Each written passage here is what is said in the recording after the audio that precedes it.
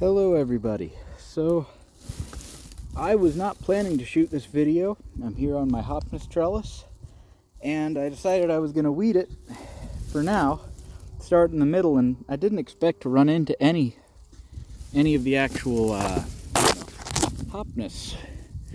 So here we are, trying to get you guys at a low enough angle. You don't have to look me in the face while I do this, but yeah, I was just going to do the weeding today and do the harvest video another time. So we are a very unexpected video right now. But the first weed I pulled out a really good sized Hopniss or Apios Americana tuber. So along with weeding, you're going to get to join me for my harvest video. So we're going to be weeding as we go, trying to keep most of the wood chips and such out of my cup. But the first one I pulled up was right there, and considering this trellis has only been here for 2 years, or has only had Hopniss on it for 2 years, that's considered a very good size.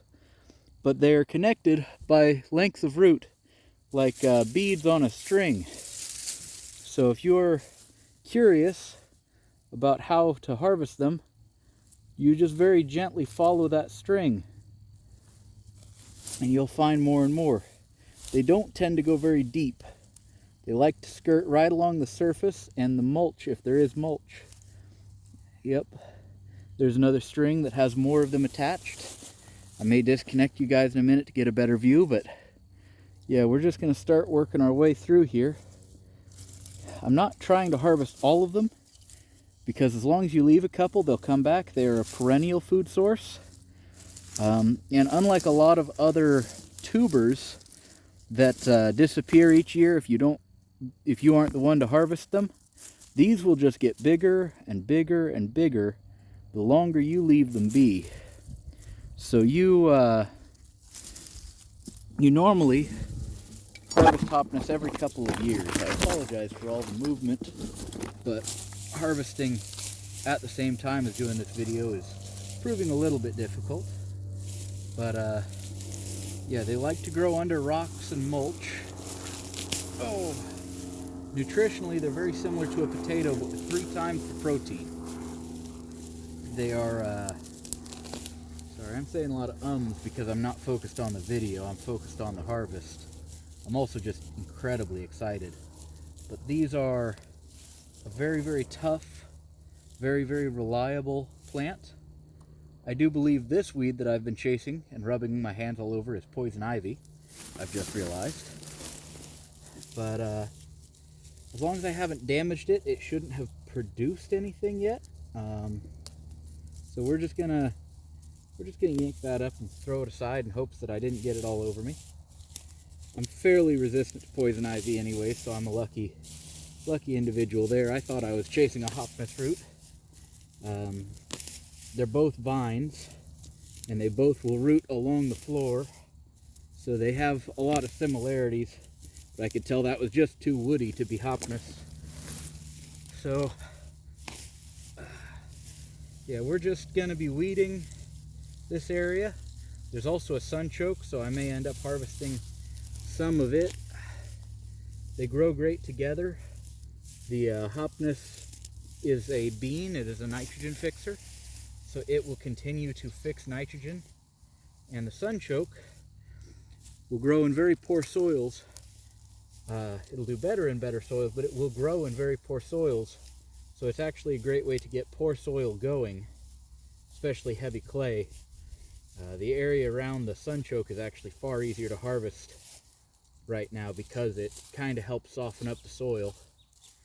So here, these roots I'm pulling forward, these light colored roots, are sunchoke roots. And they don't need the trellis, but if you're going to grow Apios Americana without a trellis, starting sunchokes in the same bed is a great way to do it because they will grow together and work together.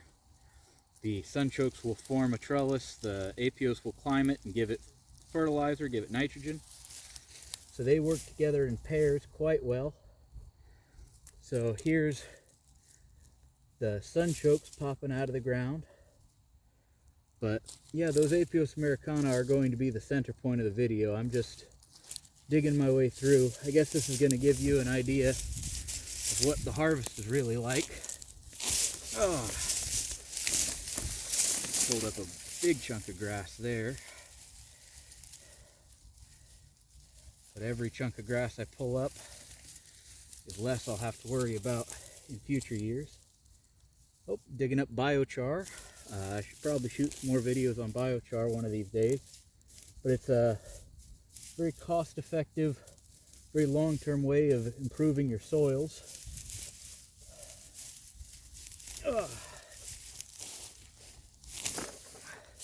When I put these Apios Americana here, I put them in 2 years ago. First year I watered them a lot and tried my best to take care of them. This year we had a wet spring and they didn't seem to really need much care after the wet spring, so I did not baby them. So I could probably have much larger tubers if I had been supplementing their water this whole time. Probably recommend you do that if you have the means to set up good, reliable irrigation. They don't like standing water, but they like a wet spot. And this is not really a wet spot by any means. Oh, that one had grown into the metal of the trellis. But yeah, this is a good example of one of the reasons I like to plant a lot of tuber crops first in an area before I do anything else, because harvesting tuber crops, in my opinion, kind of forces me to go back over and really take on the weed pressure eventually, because when you dig everything up, you're going to be digging up the weeds anyways. So I'm just going to keep coming through here, yanking up the grass.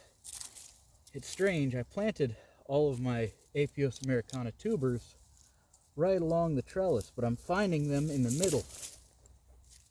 That should be teaching me something, but I haven't figured out what yet. But yeah, we're just gonna keep working our way along. We'll probably come back through with wood chips once we're done. But yeah, I'm not finding them where I expected to find them. Oh, there's one though. Here, I'm just gonna throw the sunchokes in my container for now. If I have to take them out to make room, I will. But yeah, those of you who are wondering how I've been growing this, I've checked in on it a couple times throughout my yearly, monthly garden walks all year. And I'll continue to do those through winter, but I imagine they won't be very interesting until spring rolls back around. But yeah, just keep pulling all this older mulch aside so that we can see what's underneath. Oh.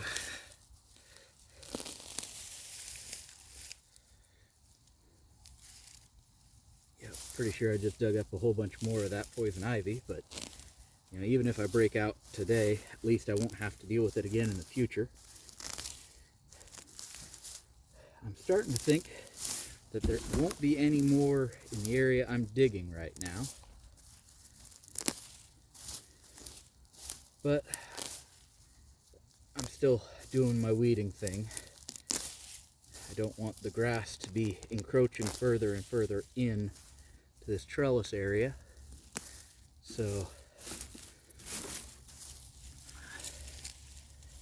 yeah, I'll push all this material out of here for now. I'm going to rearrange you. Here's where I have been digging this whole time. You can see there's another Apios. I don't know why I'm calling them Apios on camera. That's their scientific name, Apios Americana, but I usually go with the Lenape name. Oh, you guys almost fell. But I usually go with the Lenape name, which is Hopniss or Hopniss. I just feel like for a plant with so many names, going with the native name for it is the best option, because the American names are American groundnut, or Latin name Apios Americana is not a bad one, because at least the Latin name is consistent for everybody. But yeah, I try to go with Hopniss in my day-to-day life. Here I'm starting to dig along where those big ones were again. This is the whole Hopniss vine way over here. I'm now laying down as I dig. It's not a high effort or high energy dig. The weeding has been high effort, but because it's all growing under wood chips, I can very gently, as you see, just reach in, pull gently, and I find more and more. Here's those first two that you saw at the beginning. As I dig, there's more here. Oh, and those are leading me down a hole. There's a strange hole right here, and I'm going to guess that hole might have been dug by a rodent or something at some point that hauled them deeper to store them for winter last year. I don't know, but we'll keep digging. This one, following the hole, goes right back over to where I was. Oh, and there's a bunch more in the center, so the center actually does seem to be a rather popular spot for them. Let me keep digging, but yeah, we've got those there. Yep, and those are connecting back into the center where there's another huge one. Wow. As I dig, I'm finding more and more over here. But let me start back towards where you guys are at, because I want to make this an entertaining video. Oh, there we go. There's another string of them.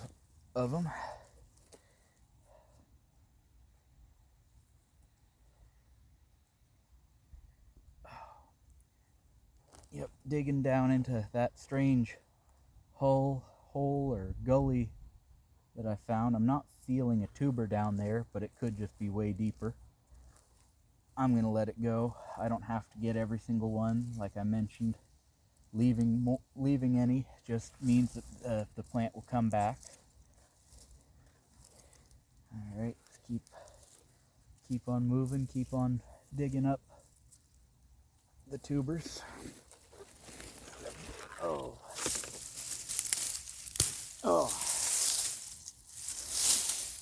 Pulling some of the vines out of my face.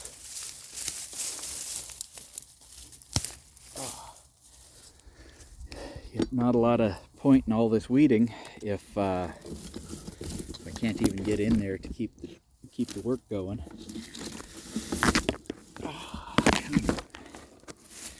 I imagine visually this has been a pretty disappointing video, but hopefully the knowledge is still, leaking through, so to speak. Oh, you guys fell in. Sorry.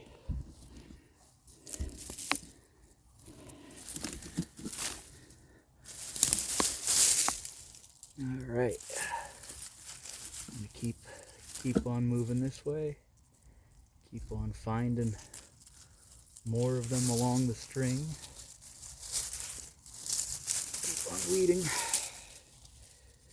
Every time I find more grass, I'm just gonna stop and pull it.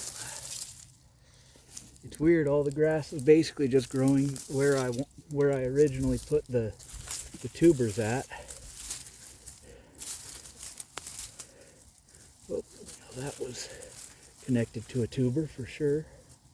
I bet this one is maybe connected. I don't know, but we're gonna keep going because we're finding more and more of them. We're also getting more and more tangled.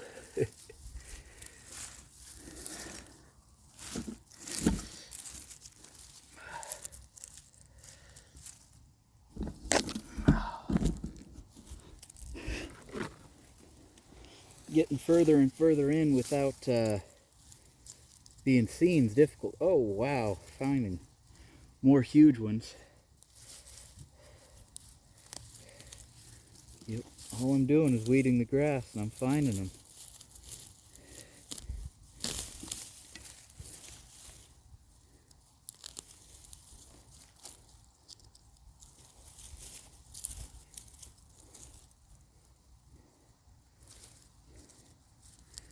I don't know if I'm going to have enough that I want to cook any this year, or if I'm going to spend all of them on propagation, because I want a lot of these. Low to no effort crop, higher in protein than most. It does have allergen risk, just like peanuts. There's an allergen risk. And I think the allergen risk is highest in us because we didn't grow up eating them. I think that if you made these a more standard part of the diet,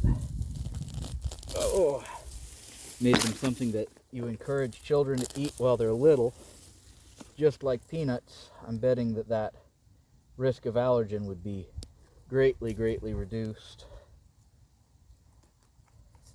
Oh man. Yeah. Just by weeding, I keep finding them.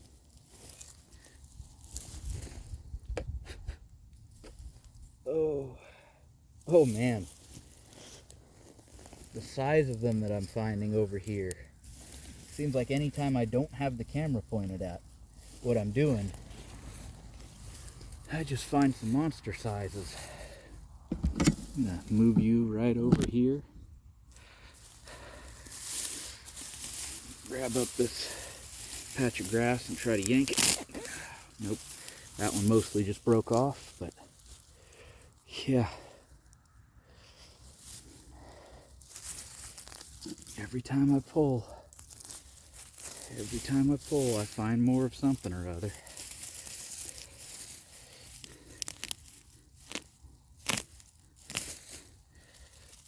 Oh, grass is stubborn, hard to pull,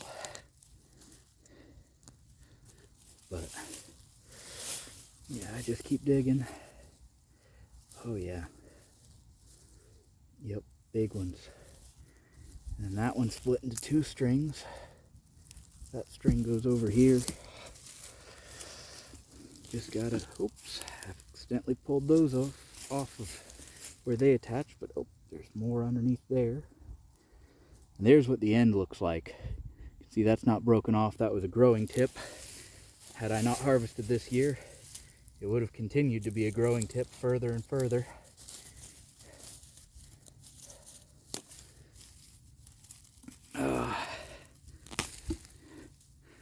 Pulling up more of this grass.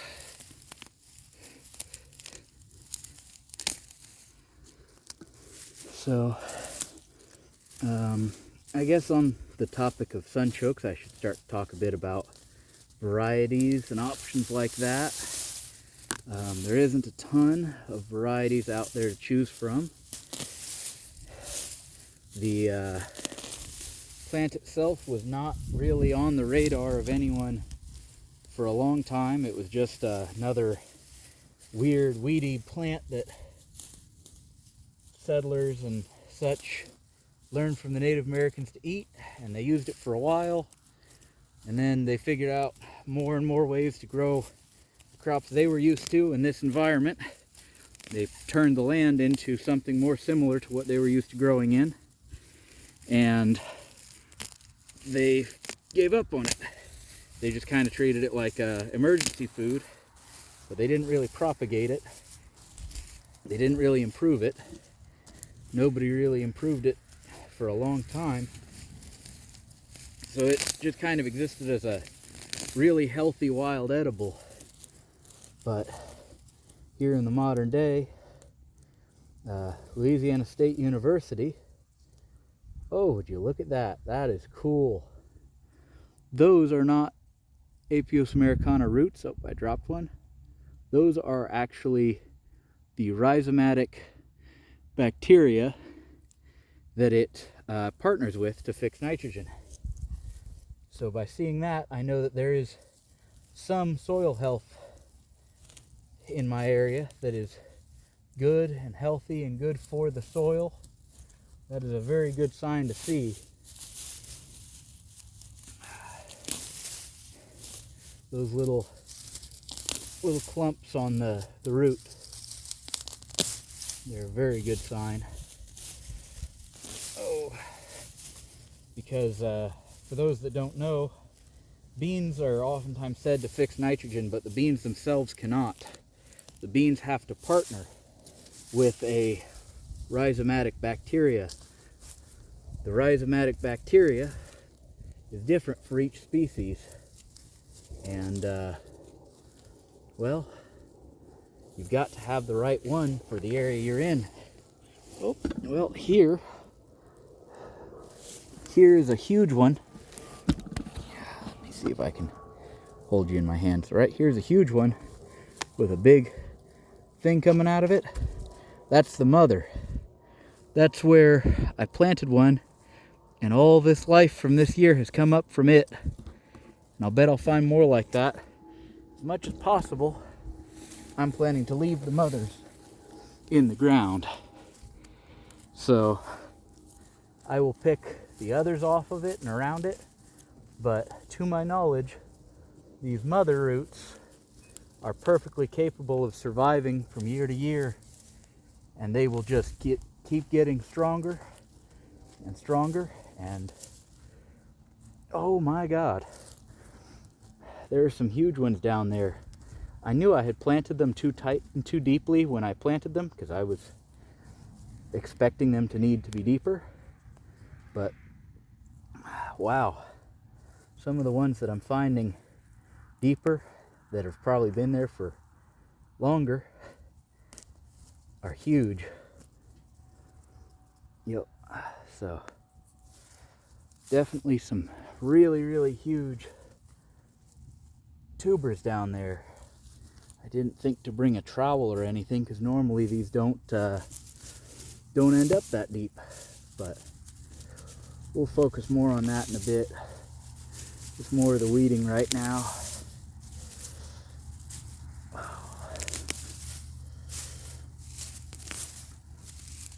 It's pretty amazing how much food these made in only 2 years.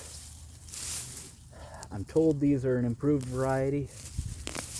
I don't know the name. The seller, from what I understand, just bought as many different types as they could and just kind of let them do their thing. So as they did their thing, some did better, some did worse. Oh. But no matter what, whether they did good or bad, he kept the survivors. And the LSU breeding program, of course, was mostly going to find what worked in the South. So finding anything that could survive the North was huge. So while I didn't get a named variety because of the way that they did the trialing, getting anything that could survive up here, success in my book. Oh, I just broke a nail a little bit.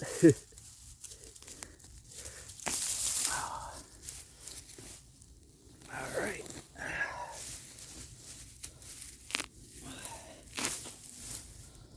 Yeah, the crop is not a heavy producer annually. I will say that. Even these improved varieties that will produce a whole lot better, I would not make this an annual crop that I rely heavily on by any means. These are meant to be sort of a set and forget kind of crop in my eyes. You plant them, and you plant them in as many places as you can, in as many areas as you can, and you let them do their thing once they're established, and they will continue to get bigger and produce more and more and more, and you can reap the benefits of that. Oh, wow. Yeah, you can just keep on keeping on reaping the benefits of how well these produce. Oh, there's some good ones. Maybe. Yeah, it's another string.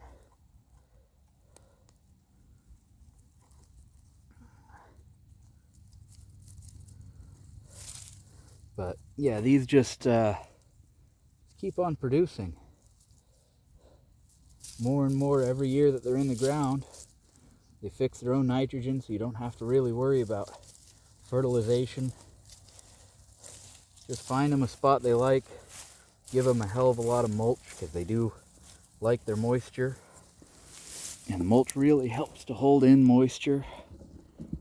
But yeah, they just do their thing once they're in a good spot. Oh wow. Yeah, once you get them enough dug out that you can pull on them from the right angle, they all just kind of pop right up. It's only those that I planted too deep that don't seem to want to cooperate.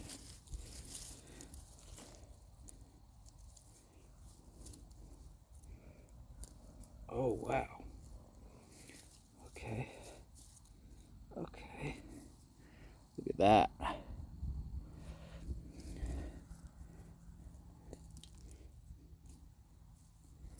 Yep. So those ones were all definitely way deeper than they should have been.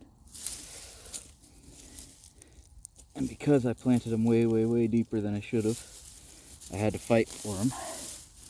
But, oh, I just rolled my body over into the area we're working now. Other companion plant options, in case anyone else is interested in that sort of thing. So, historically, some tribes, either alongside or in place of, I really have never been able to find much information on, but apparently they would introduce this stuff to their cornfields. And as they weren't tilling, it just lived in the soil year after year, fixing nitrogen. So it would help feed the very hungry corn, because if you aren't familiar with corn, it's a very heavy feeder. It requires a lot of nitrogen all the time. But it would be grown alongside the corn. It would grow up the corn using it as a trellis.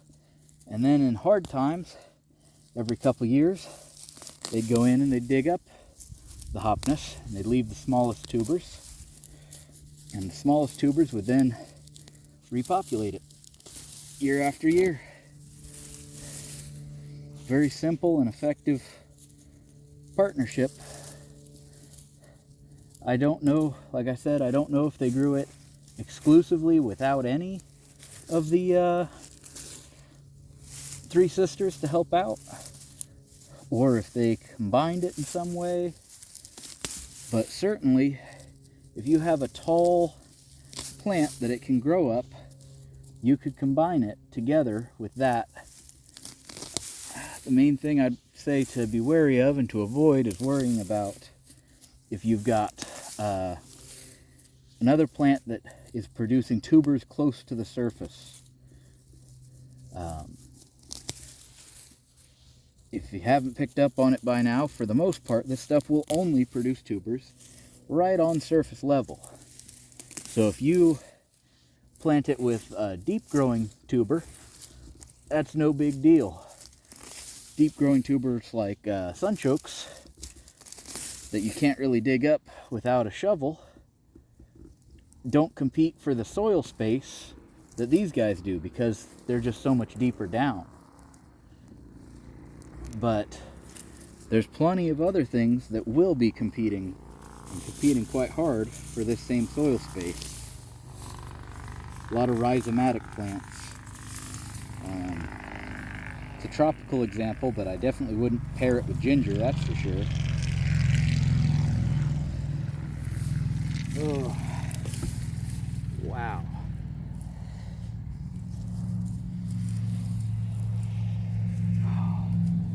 fighting this grass on this side's way harder. The sunchoke's on the other side, and that really seemed to support the rest of it in a way that worked out. It helped the soil life, helped it get softer. Because I'm in very heavy clay. Hopniss doesn't really prefer heavy clay like I've got. But as long as you've got a good mulch, it doesn't care that much because it will just ride right along top of it. Man, we had snow on the ground just a few days ago, and a lot of it. And here I am sweating. How it is, I suppose. Oh. All right. Let's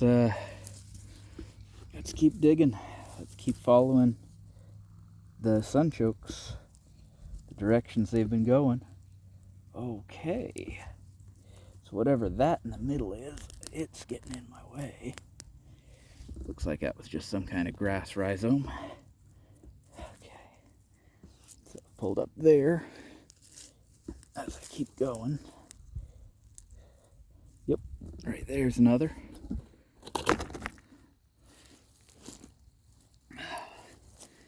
Quite sorry that I'm sure visually this has been a pretty unpleasant to watch video, but hopefully there's a lot of good information in and amongst my craziness.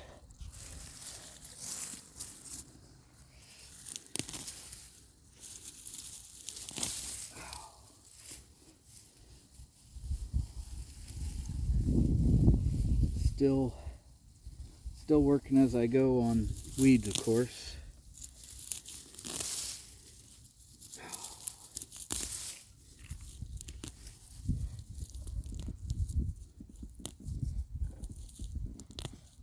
Of course, right under the trellis is the hardest spot to pull all these weeds at. But we're working our way along. We're making some progress.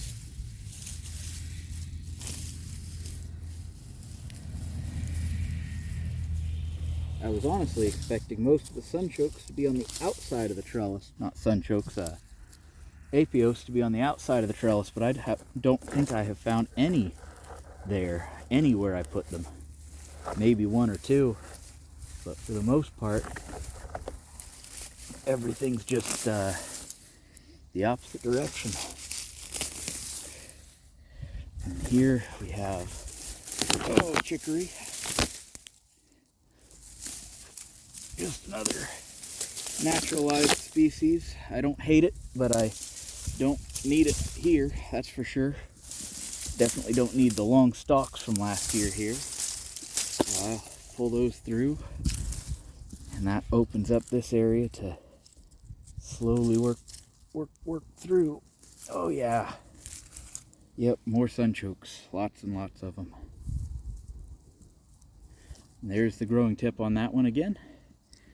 So I've become very successful at finding every single one, which means I will have to be responsible about returning enough that I have a good start up again. Oh, there's a huge one.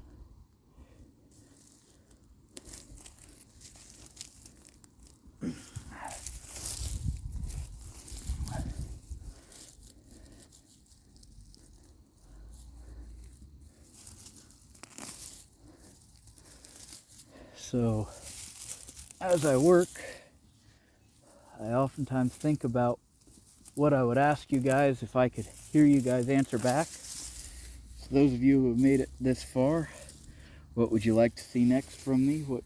What's got you curious? What would you like to see me try? So far I've got a Patreon where people are encouraged to vote once a month on what I should focus on next. This month, while I'm filming this, though this won't be uploaded until much later, but this month was what types of stuff should I focus on planting next year? Because of course I get a lot of my money from tax returns so that I can reinvest into the farm, at least until the IRS tells me stop it. But you know, if you have any, oh boy, that's a big one. If you have any ideas, anything you want to see, or if you want to join that ability to vote for me to do this or that, all you got to do is go to my Patreon. It should be linked on my YouTube homepage. It's Speedy Snail Homestead. You just go there and you can subscribe for $3 to get a weekly update on what I've been doing.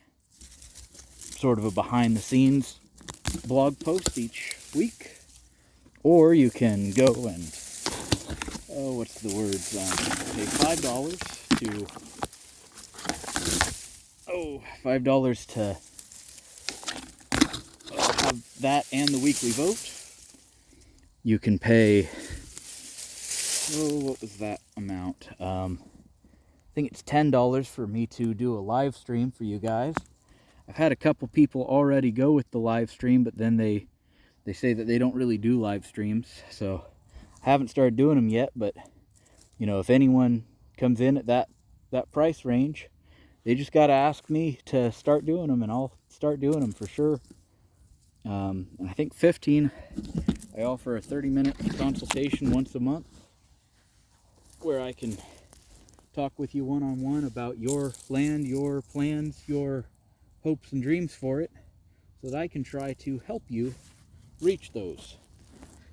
So if that sounds appealing to you, please let me know.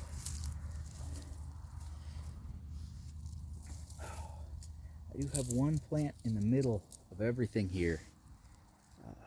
Here, I'll move to where I'm at. Right there. Hopefully you can still see that. But right here, this sweet woodruff, I bought some plugs for it, and this is one of the few spots that survived. I didn't even realize that it did. So I'm gonna try not to completely murder it while I'm doing this, but easier said than done. There's this one, it's growth tip, so I can quit digging that way. And now that I've done all this, this has been pretty severely disturbed. So I'm just gonna do my best to give it a good start up again, good reset. I'm gonna pack wood chips all around it, keep those roots nice and warm. So, hopefully it survives until next year. Hopefully it does better next year due to the fact that it won't have so much weed pressure. Alright. But over this way, I can already feel more of what I'm looking for. More of the Apios Americana under here. Oh, yep, huge ones. Oh, of course.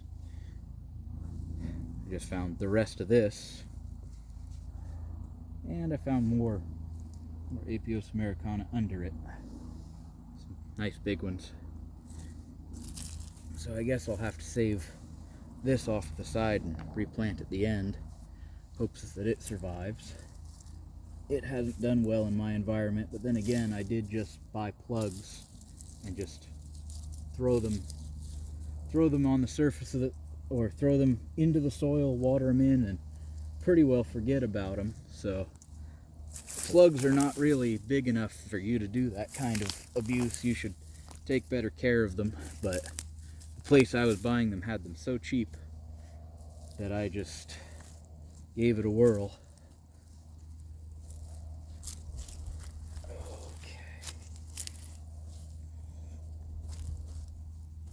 Okay. Yep, just broke up a bunch of the soil right here.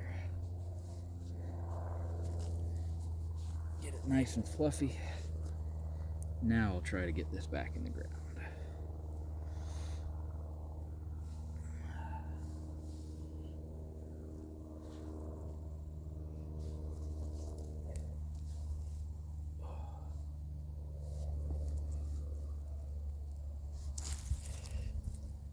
A lot of wood chips getting buried under soil in this process, which, if you know, means that they're going to have a lot of nitrogen issues. But again, this little plant's got a lot of nitrogen fixers around it, so it probably will be just fine.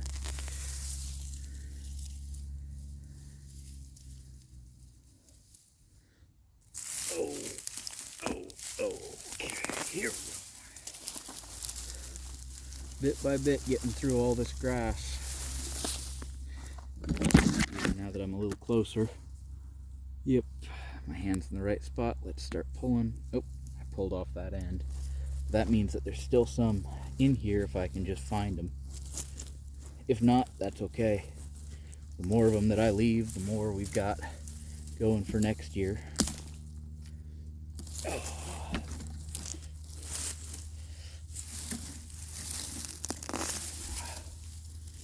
But yeah, there's quite a meal here. I wouldn't say it's enough to feed a family on for any length of time, but you know, far as just what have I got right now for, you know, for sharing, for feeding a family for a meal, this one little trellis has done pretty well. And that's, again, with no care, no help, no effort.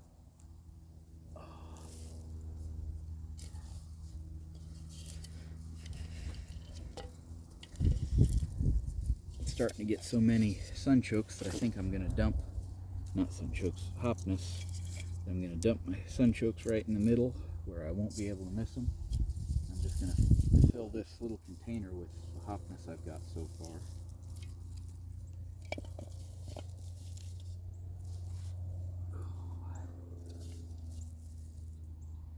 Oh, worth mentioning, they make latex. So if you have a severe latex allergy, maybe sit this one out. But I, to my knowledge, have been told that the latex is only in the skins, so as long as you peel them, it shouldn't be an issue. So peeling them may be a pretty important step for some people. And along with, you know, the worry over latex, there's also a big worry over,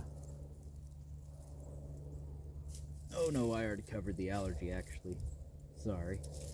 Just getting focused because I'm starting to find so many of them are, you know, still in need of digging up. But look at that bowl full, and that's just the ones that I've got free. There's more that are still in the earth as I keep moving through, keep weeding, I keep breaking up the rhizomes of the grass. I keep finding the sunchokes underneath.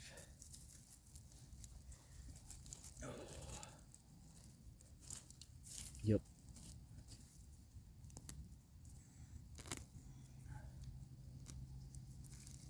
It's quite impressive how many I'm finding. Other uses for this plant I should cover. Because of the fact that this is a, because of the fact that this plant is a perennial nitrogen fixer, there aren't a lot of those outside of full-size trees, or at the very least decent-sized shrubs, in my environment here. Most of the time, if it's a nitrogen fixer, you either have got to replant it every year, or you've got to have a tree or a shrub. But this is different. This allows you to plant something small and vine-like, something that functionally is very similar to a bean, and just leave it be. Let it do its thing. Every year, it gets a little bigger and a little bigger, and it fixes more and more nitrogen. So, oh, there's a bunch more. Here's a bunch right here. Yeah, so a set and forget kind of nitrogen fixer these are great, and I believe that's how these made their way to Japan. It's a funny story, in my opinion. There's a relative of this that is far less efficient for food. That's a fairly known crop in Japan. Probably more of Asia, but at the very least Japan. They called it Hadomio. So this Hadomio crop produces one singular tuber like this from one singular bean, and that's it. I believe you can leave it in the ground longer and the tuber gets bigger, but you never get a second one. You only get the tuber you started with. And that also means that unlike potatoes and so many other wonderful tuber crops, there is no easy replication of it, aside from just planting more seeds all the time. So you've got this plant that is loved by people, but isn't a producer on a level that people can really use. And the Amore prefecture of Japan, I believe, is known for their apples. Well, who else is really known for their apples? It's America. So they ordered some apple trees in from America a very long time ago. These apple trees were shipped in soil, I'm guessing because it was so long ago that, for one, we didn't think much about the consequences of that, and two, shipping dormant trees over that distance over the sea was probably just a non-option. So they ship all this stuff over this distance. It's got to be in soil.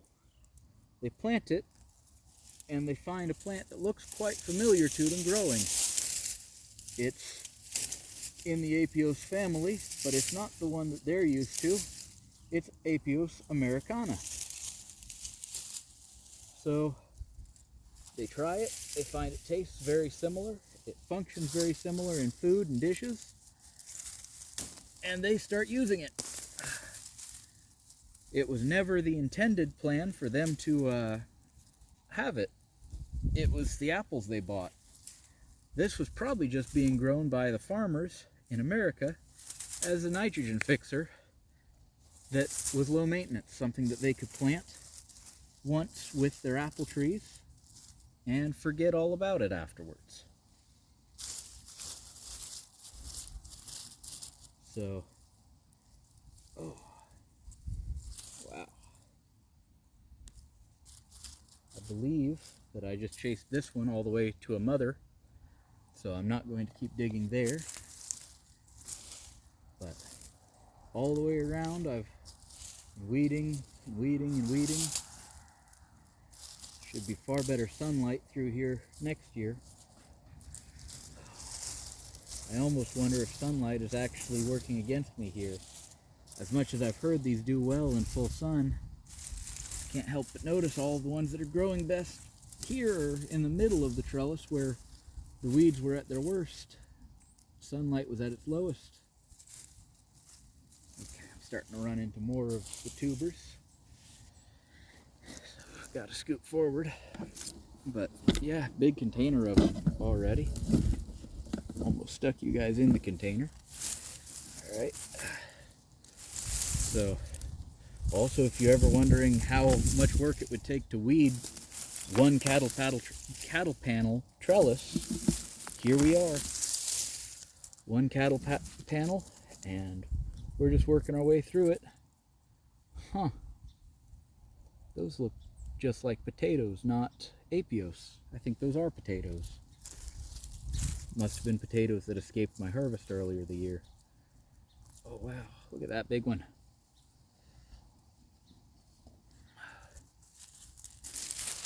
Now, I will comment on something that I'm not educated enough to say.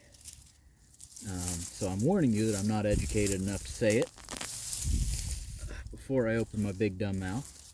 But I'm finding a couple here that are lighter color and smaller and less numerous on the vine. I'm betting that they're a different variety than the ones that are doing well. And they just don't do as well in my environment as some of the other varieties I've got in the ground. Oh wow. So yep, there's another root with that bacteria. That bacteria I keep talking about, that nitrogen fixing bacteria. Those little knobs. They are so vital, so vital to what I'm doing here. Cannot understate the value of that. Seeing that makes me very excited for the future. Means that I have that life in my soil. If I just bring nitrogen fixers that are compatible with that life to them, they can start living. Yep. Bit by bit.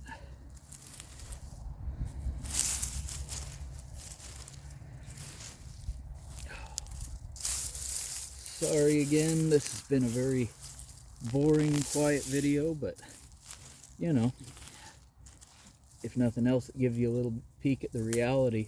If you want to live this way, sometimes you're going to be doing boring jobs, just picking tubers under the ground, just because that's what you've got to do if you want to eat.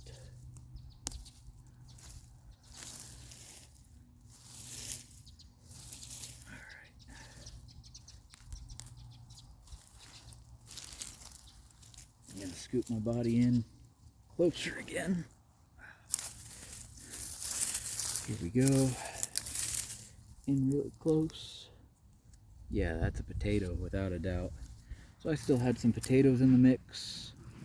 There's a couple more of the Apios that look really nice. So certainly I'll be putting quite a few back just in this area alone. More potatoes. A lot of potatoes. I'll bet I missed a single potato and it tried to grow itself into a whole nother potato plant, and it just didn't have enough season left to get big. That's why I keep finding these little baby potatoes. But hey, you know, if I were living entirely off the land right now, that means I'd be eating sunchokes, potatoes, and Apios all in one meal. Get a nice range of foods. But oh yeah, look at that. Look at that. Yep. Again, for an Apios, that's considered really big. Most of the time, like that one, if you can see it, I think you can see it from where you are. You know, that sort of acorn size is considered to be a pretty good size most of the time, most of the varieties. It's only these improved varieties that you would ever expect to find any this big in only 2 years. For the most part, for 2 years growth, you're only expecting the size of an acorn. Other uses for this stuff, along with perennial nitrogen fixer being a really great thing to keep in mind. I've mentioned in some videos before that certain plants are very applicable for living cache or cache sites. You know, if you wanted to have a spot with food to eat that you can come to in times of distress or times that you're trying not to be seen, this would be a great one to have set up in advance, because man, it's a great food for what amount of effort goes into it. Oh, this one's attached to a plant, so if I can just snap off the vine, I can probably replant that whole thing as a plant, and we'll have some roots to give it a head start. Right in there. Who knows?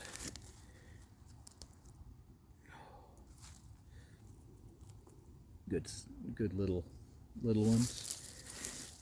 And every single one of these tubers can be planted anywhere else on this homestead. So while I'm going to put a lot back in the ground here to bump up the numbers in this small space, that's not the only thing I can do with them. I will probably put a couple in a lot of different spots all over the place. Just sprinkle them in. A whole bunch in that that pinch right there. Every time I think, oh, we must be about done, I find a whole bunch more. Oh, some decent sized little taters again. These have got to be Ozette. They must not form that actual classic Ozette look until they get bigger. But only plant I would have had here was an Ozette, I believe. So, oh, come on now. Another Hopniss. Definitely one of those crops that weeding helps you find it. Weeding helps the crop and helps you, apparently. Oh, big spider. Sorry for wrecking your house, man.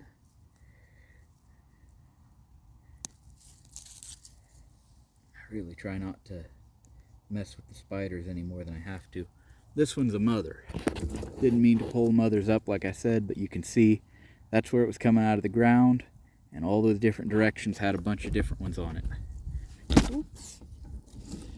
Yeah, the ground's pretty uneven after I've been digging in it so much. But yeah, because that one's a mother, I'll set it off to the side and try to replant it. I know historically, usually, instead of replanting the mothers, they would eat them, and they'd replant the little ones, so I'll be planting a lot of little ones too. But yeah.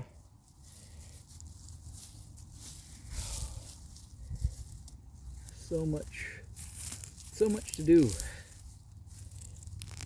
I'll probably be saving this one to upload during winter. A lot of people recommended that I just save a lot of my harvest and processing videos for winter, so I'll stick with that idea. I'll trust that that's gonna be popular. But yep.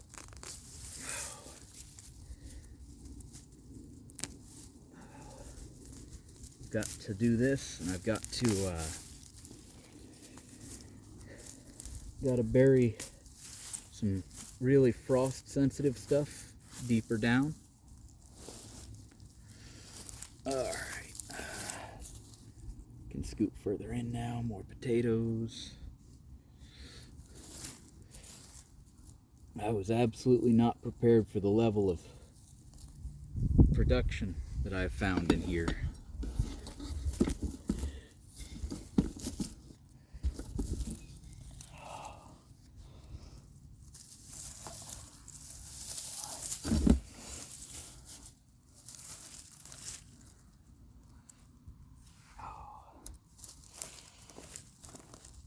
The video I shot a long time ago, let me know in the comments if you haven't seen it.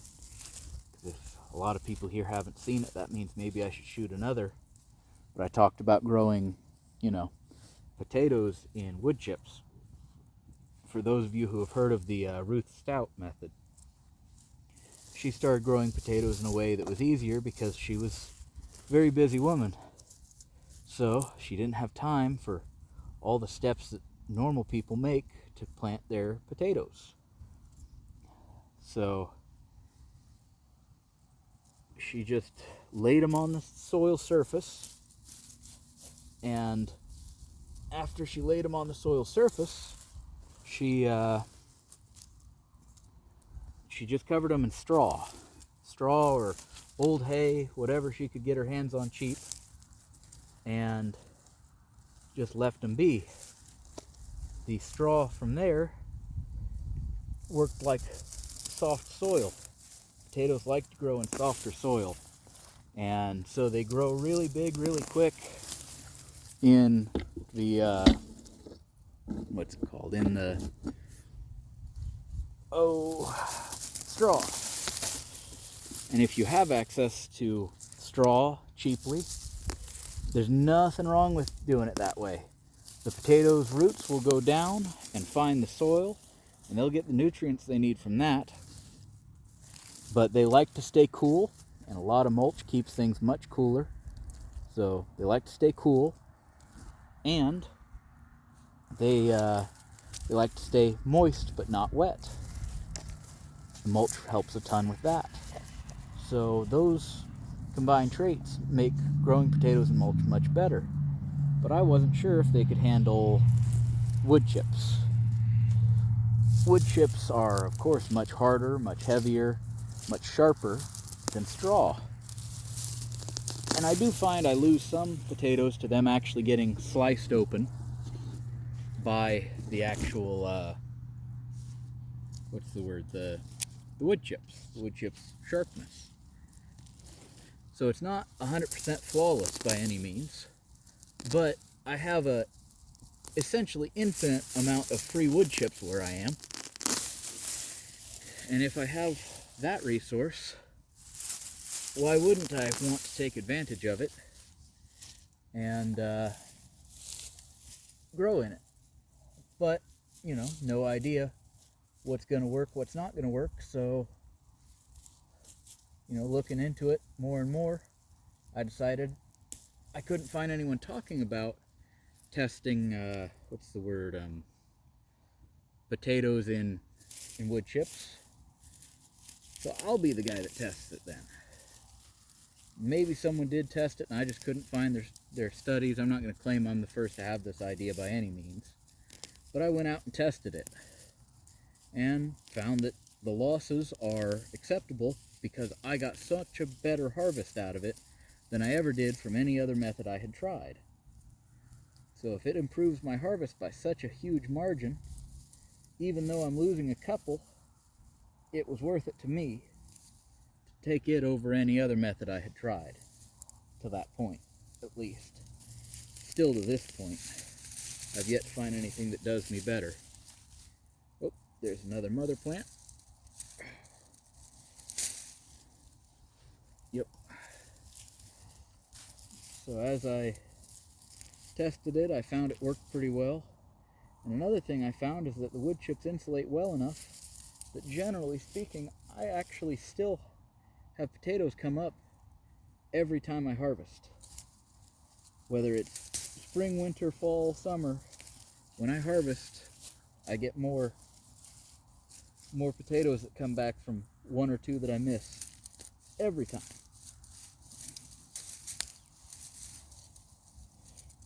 Oh, it's a big chicory root in my way here.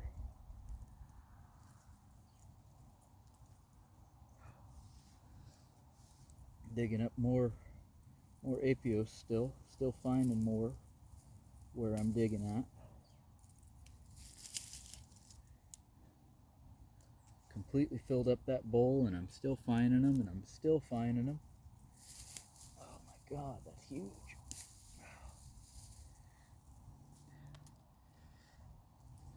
So many. Completely filled up that bowl and then some. Oh. Oh.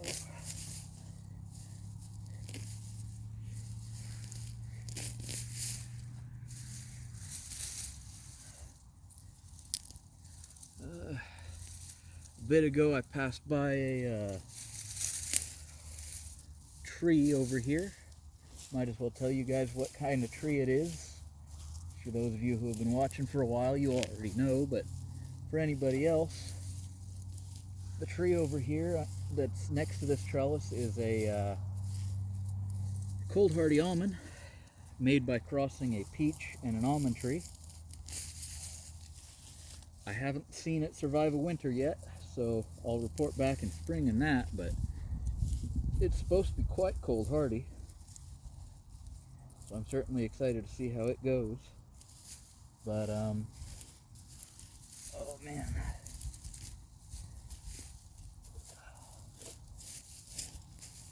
I've made it all the way through one side of this whole trellis, front to back.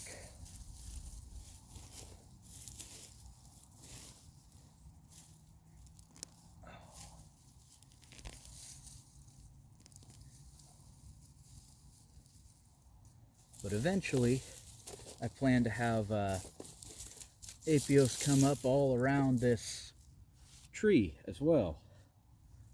And then this tree will have nitrogen fixers that it is providing a trellis for.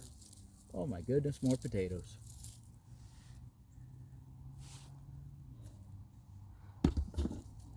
bring you in closer there. I don't know how well you can see anything, but right here, more potatoes, quite large ones. At least large ones for compared to the ones I've been pulling up. Quite large compared to sunchokes, at least. Not sunchokes. Oh, I'm working with too many tubers here. Can't keep my story straight. But quite similar size to the Apios or the Hopniss. So decent little tater tots.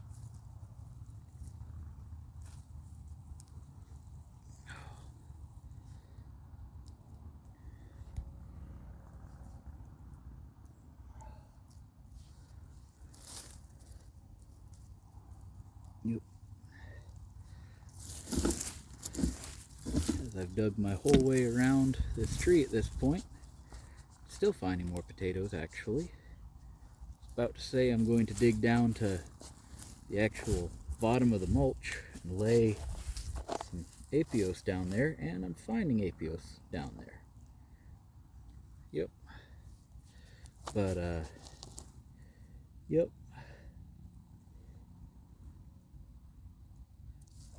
Found an old pumpkin seed. I know I threw a bunch of pumpkins here a long time back just to turn into volunteers and to fertilize the earth a bit. So I guess maybe I just found one of them again, but alright, now that I've cleaned up the soil pretty well, I mostly have gotten stuff out of the way. I don't know how well y'all are able to see that right now, but I'm gonna put in just that one. Break up the soil a little bit, set it in right like so. Cover it in just a little soil because now I know they don't need to be super deep. There we go, just a little bit of soil. And then layer my wood chips all around it. Now you don't want to make a mulch volcano around any of your trees. Trees have to breathe through the roots, so you don't want to add an excessive amount, but enough that the Hopniss will stay warm and won't freeze through. They won't survive on the absolute tippity surface of everything, but all that's left to dig through is right over there, I believe, so let's start it up.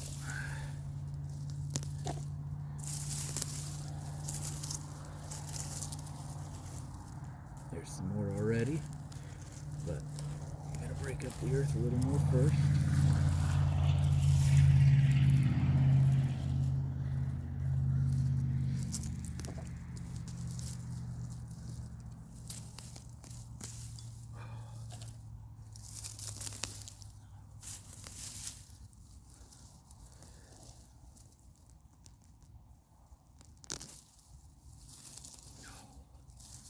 For those that have watched this far, I thank you very much. I know this was, again, not a very good video by any means, but I appreciate the support. And I hope you've learned a couple things. Again, any questions you have, I'm more than happy to try to answer. I won't pretend I'm an absolute expert that knows everything there is to know about Apios, but I've tried to learn a thing or two before I started growing it. And, you know, there just isn't a lot of people growing it altogether. So you take what you can get a lot of the time with this stuff. Even if it's someone's first time growing it, they tend to have something of value if you stop and listen to them. It's true of a lot of things in life, I suppose.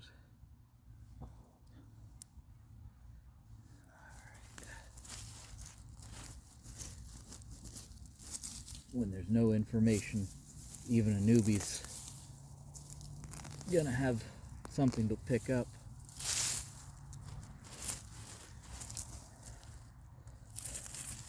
It's probably my third year growing them, but this is my first time really harvesting them. Oh man, there we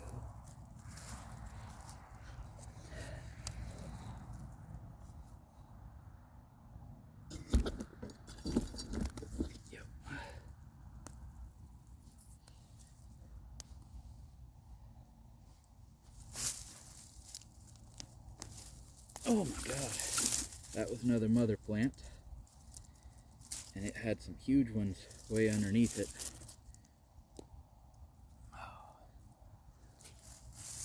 But again, like so many other things I've done with this one crop, especially, they're too deep. Alright, I'm gonna get up and walk around to the other side.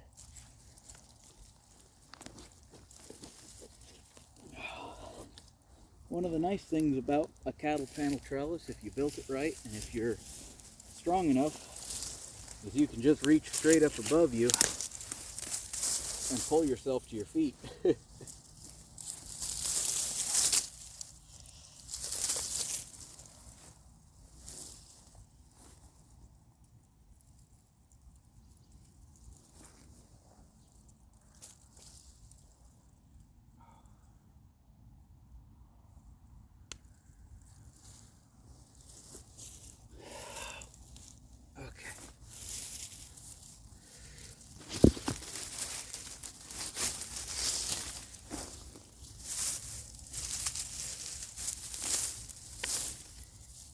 A whole lot of weeding to do now that I'm up here.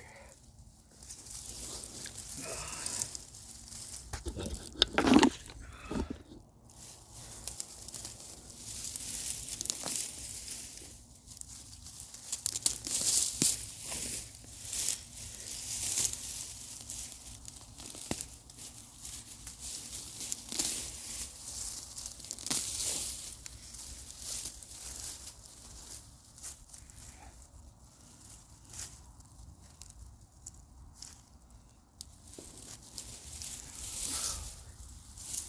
one of the really nice things as far as this plant goes, as far as getting a handle on it, is as long as you don't outright kill it, you're good.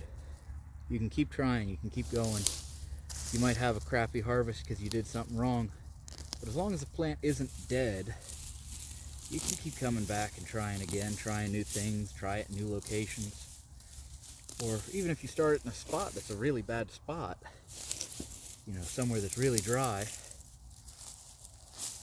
as long as it doesn't die there, in a couple years you can come back and try it again.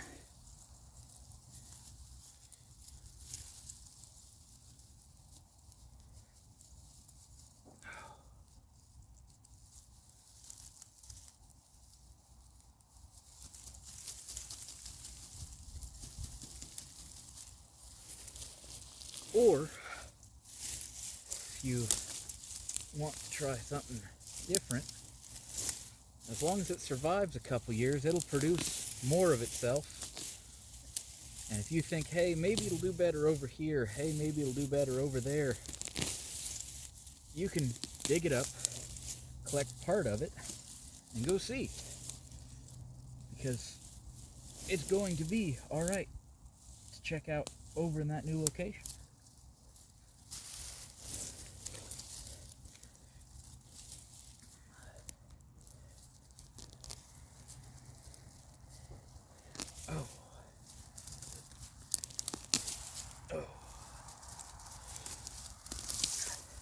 So a lot of what I've just dug up here today, I know that I'm going to actually be taking on a few hikes, return it to where it belonged originally, belonged naturally. Just take it to new lands, new places, or more of old places that it was taken from, and let it return. I don't have to benefit from everything that I do.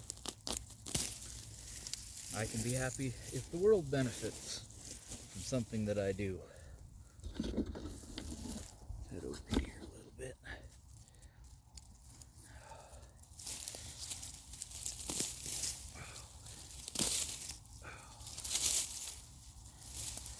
Just keep working my way through all the weeds, bit by bit.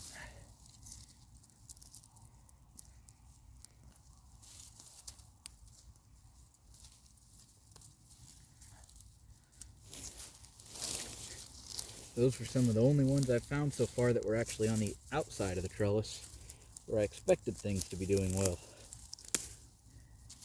They're decent size, but they're not huge, so they certainly aren't doing a crazy amount better than anything else was.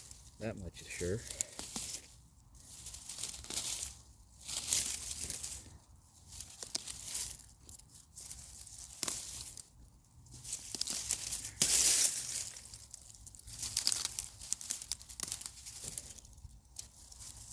Oh.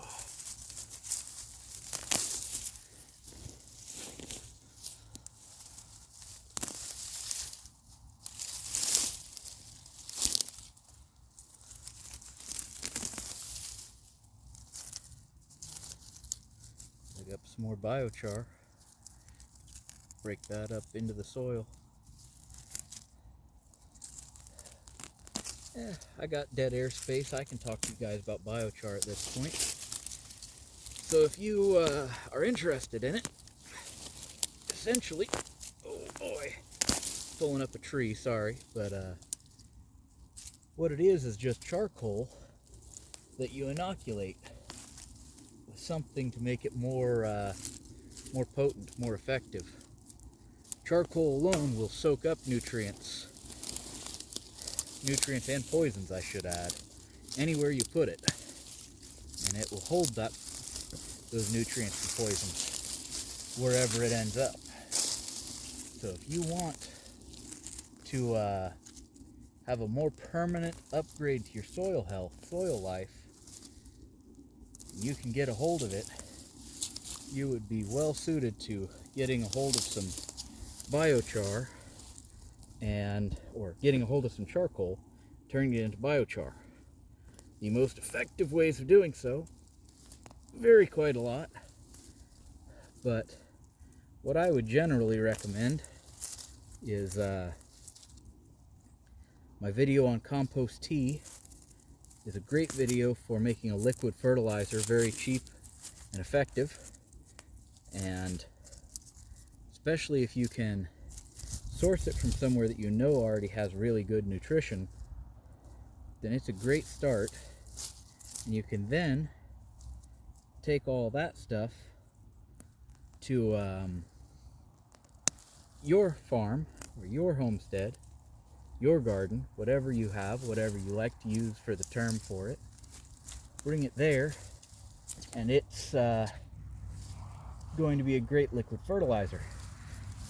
But if you want to make it last longer than a liquid fertilizer, you can instead go in there and do something like, throw a bunch of crushed up charcoal in there. The finer the better, but I don't get too technical with it. I just kind of take the bag and smash it up a bit, or I make my own. Making your own charcoal is quite easy, especially when you consider what we're using this charcoal for. It doesn't have to be nearly so perfect. So make your charcoal, buy your charcoal, however you want to do that. But yeah, charcoal is going to eat nutrients unless you soak it in nutrients. So the easy way, as far as that goes, is to just take it, throw it in that liquid mix, and let it stir itself up. Let it mix in. Let it soak. And after a few weeks of soaking, you can pull it up and do whatever it is you want to do with it.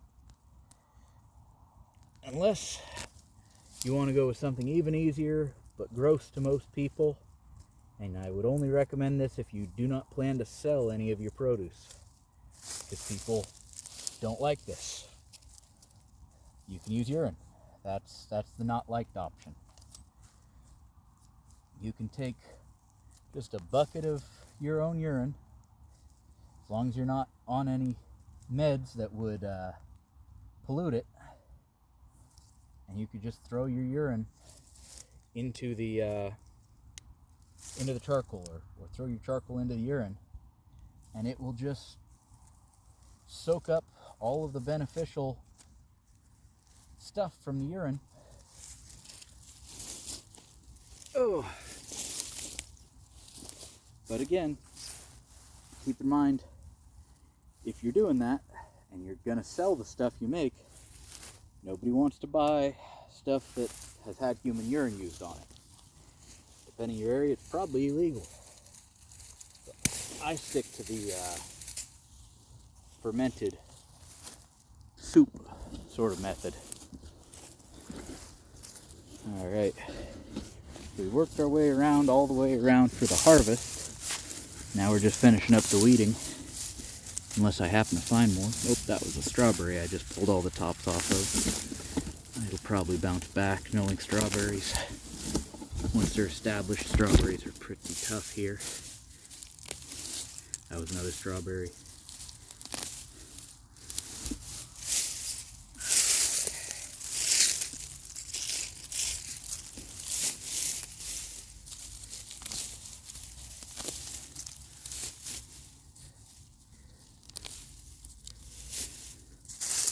Okay.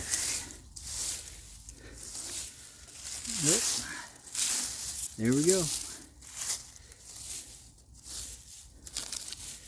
Great deal of weeding, all taken care of.